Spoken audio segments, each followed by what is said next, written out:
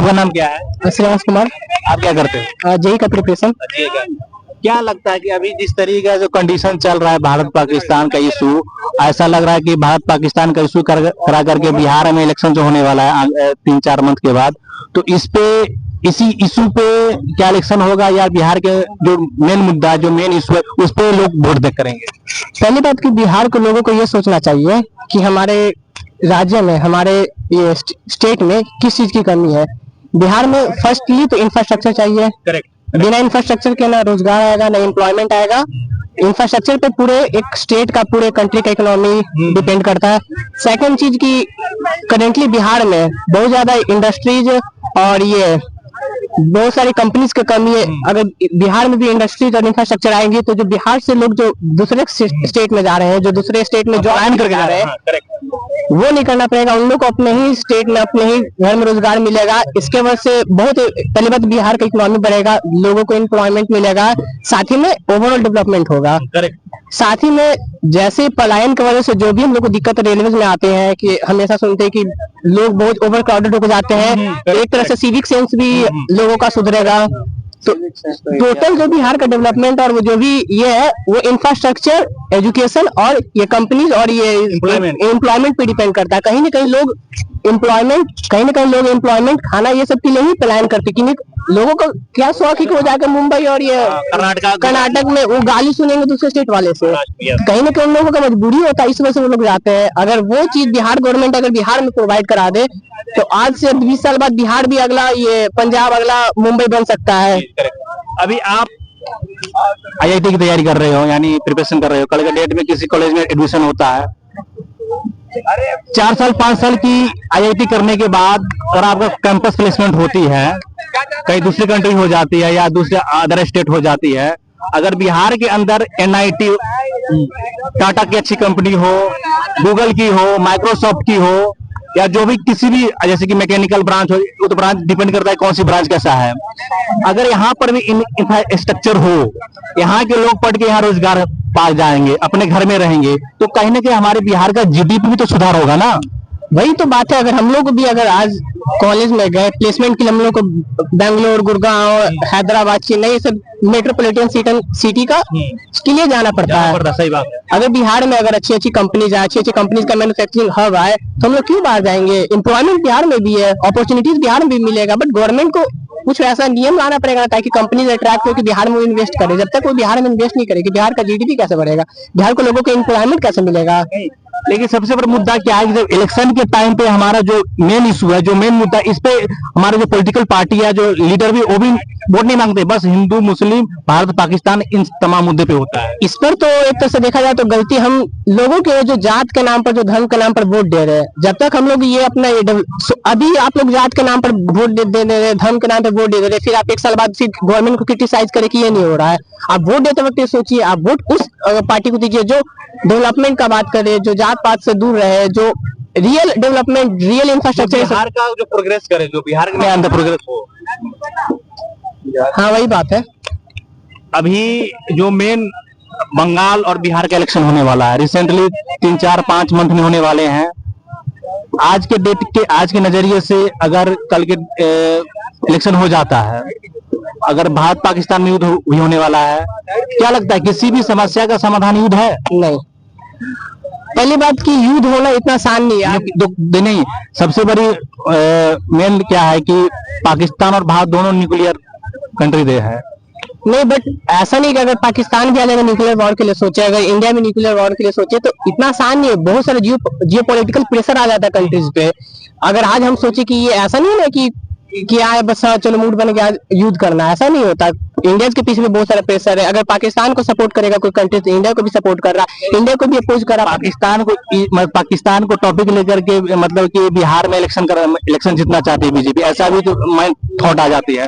लेकिन सबसे बड़ी रीजन क्या है कि जब हमारे बिहार के लोग समझ नहीं पाते हैं, जो भी प्लान करके, जो भी हमारे बिहार के लोग जाते हैं महाराष्ट्र, गुजरात या पंजाब, हरियाणा, दिल्ली, वो लोग इन मुद्दों पे अपने आप को जब इलेक्शन के टाइम को जाति में डिवाइड हो जाती है। तो इसका रीजन क्या है, इसका रूट कॉज क्या है कि इस चीज से कैसे निकल पाएंगे? हाँ, तो देखिए, हमारा जो मेंटेलिटी है बन चुका है पहले से ही, हम लोग पीढ़ी दर पीढ़ी यही करते आ रहे हैं। बिहार के लोग जो भी एजुकेटेड वो तो खैर अब समझ धीरे चेंजेज आ रहा है, बट जो हमारे पहले पीढ़ी जो हम लोग से दो पीछे के पूर्वज लोग हैं, उन लोगों का सोच वैसा हो गया कि हाँ अगर वोट देना है तो जातिवाद के नाम पर देना, धर्मवाद के नाम पर देना है। लोग जातिवाद धर्मवाद के चक्कर में आजकल इतना कुछ हो जा रहा है। बट एजुकेशन का बहुत रोल है, और कहीं ना कहीं हमारा एक फैमिली बैकग्राउंड भी ऐसा है कि मेंटेलिटी बनी हुई है। अब उसी इन्वायरमेंट में हम लोग पले बढ़े हैं, तो कहीं ना कहीं एक मेंटेलिटी बनी हुई है कि हम उसी चीज को देखकर सोसाइटी वोट कर देती है। हाँ, बात वही है कि हम लोग जो देखते आएंगे वही सीखेंगे। बात ये है, हम लोग के पहले के पूर्वज वो करते आ रहे हैं। लोग जो एजुकेटेड लोग तो खैर बहुत ही है, चेंजेज आ रहा है बिहार में भी, बट जो अनएजुकेटेड पीपल है, जो भी पहले के सोच के लोग हैं, वो लोग तो अभी भी जाति देख रहे, धर्म देख रहे, उसी हिसाब से वोट दे रहे। वो ये नहीं देख रहे कि हाँ पिछले 5 साल में करेंट गवर्नमेंट क्या किया, फिर आने वाला गवर्नमेंट क्या कर सकता है। वो इस बेसिस पे वोट नहीं देते हैं, वो देते हैं धर्म और जाति के बेसिस पे। तो कहीं ना कहीं इसमें लोगों का गलती है, लोगों का सिविक सेंस अभी उतना डेवलप नहीं हुआ। चेंज करना पड़ेगा। थोड़ी कम से कम एजुकेशन कहीं ना कहीं एजुकेशन की कमी है, और जब तक ये कंप्लीट नहीं होगा, खासकर हमारे जो बिहार के रूरल एरिया में लोग इस चीज को समझ नहीं पाते हैं, तो लोगों को जागरूक होना बहुत जरूरी है। आपकी बातचीत करके बहुत अच्छा लगा। और ये सबसे बड़ी, हाँ बताओ। एक और चीज पे हम बोलना चाहेंगे, जैसे आज हम लोग, जैसे आप रिपोर्टर है और भी बहुत सारे हैं, तो आप लोग बहुत अच्छे से इंटरव्यू लेते हैं, लेकिन एक आप सबसे रिक्वेस्ट है कि हम लोग इतना प्रॉब्लम पे डिस्कस किए ना, सॉल्यूशन पे बड़ा कम हम लोग आज डिस्कस किए।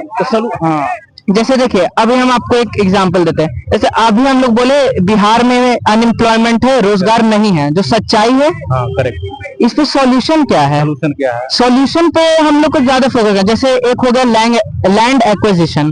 देखिए अब कोई भी कंपनी है, उसको जमीन चाहिए, बहुत एकड़ में जमीन चाहिए, लेकिन आप कहीं आप जमीन बनाने कहाँ, गाँव में ही जाएंगे। शहर में तो आप नॉट पॉसिबल फैक्ट्री इस्टेब्लिश करना, लेकिन वहां के लोग क्या है, खुद ही अपना जमीन नहीं देना चाहते हैं। तो इसके लिए कम से कम हमारी स्टेट गवर्नमेंट कुछ ऐसी पॉलिसी बनाना चाहिए, जो जिनका लैंड है उनको, या अगर वहाँ कंपनी फैक्ट्री लगती है तो उनको उस फैमिली से उस परिवार से जॉब दे, अच्छा मुआवजा दे, ताकि वो लोग कहीं ना कहीं स्टेबल हो जाए। हाँ, तो जो लोग हैं उनको इस चीज पे गवर्नमेंट पे प्रेशर बनाना चाहिए। सिर्फ प्रॉब्लम गिनाने से नहीं होगा, सॉल्यूशन मिलना है। अब जैसे एक रेड टेप होता है, मतलब इतना सरकारी काम होता है, कोई फॉरेन कंपनी इंडिया में आती है, उसको 4 से 5 साल लग जाता है अपना ऑपरेशन बस स्टार्ट करने में।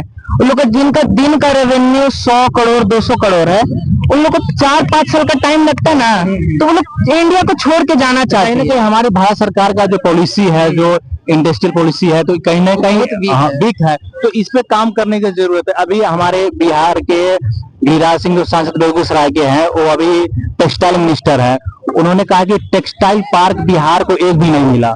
बिल्कुल। और राजस्थान, हरियाणा, पंजाब को दे दिया गया। तो कहीं ना कहीं क्या रीजन क्या है? हमारे बिहार से 40 सांसद जो दिल्ली में जाते हैं, और एक भी टेक्सटाइल पार्क अगर मिल जाता तो शायद हमारे 1-1.5 लाख लोगों को जॉब मिल सकती थी। तो इस बात पे हम कहेंगे स्टेट गवर्नमेंट को थोड़ा सा एग्रेसिव बनना पड़ेगा, उसको सेंट्रल गवर्नमेंट से बार बार डिमांड करना पड़ेगा, मीटिंग करना पड़ेगा, उसको अपना भी थोड़ा सा बेनिफिट, पर्सनल बेनिफिट जब तक नहीं देखेंगे, बस अब जस्ट वैसे नहीं होगा। तो फिर स्टेट गवर्नमेंट को भी काफी एग्रेसिव बनना पड़ेगा उस बात। अगर स्टेट गवर्नमेंट डिमांड करेंगे, अगर किसी पार्टी का कितना मेंबर ऑफ पार्लियामेंट है, मेंबर ऑफ जो पार्लियामेंट जाते हैं, सांसद चुन के जाते हैं, वो डिमांड करें ना कि हमारे स्टेट के लिए, लेकिन वो नहीं करते हैं। उनको बस अपना कुर्सी से मतलब होता है, वो बिहार के हित में सोचते ही नहीं है। तो कहीं कहीं उनका एक बिग पॉइंट है। तो कुर्सी प्रेम को छोड़ें और देश प्रेम को थोड़ा सा अपनाएंगे, तो इससे बहुत उनको बेनिफिट मिलेगा।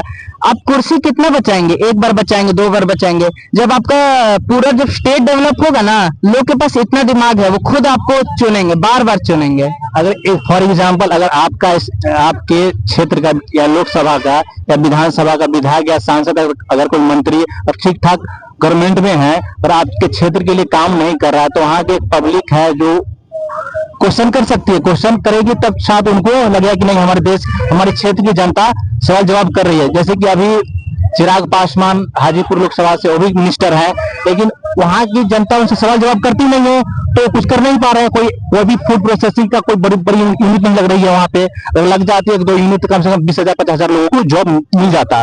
तो सबसे बड़ी बात है कि हमारी जनता भी अपने प्रतिनिधि से क्वेश्चन नहीं कर रही है, बिल्कुल। और सिर्फ एक बात पे नहीं, सिर्फ जैसे फैक्ट्रीज पे नहीं, बहुत सारी चीजें, जैसे टूरिज्म भी है।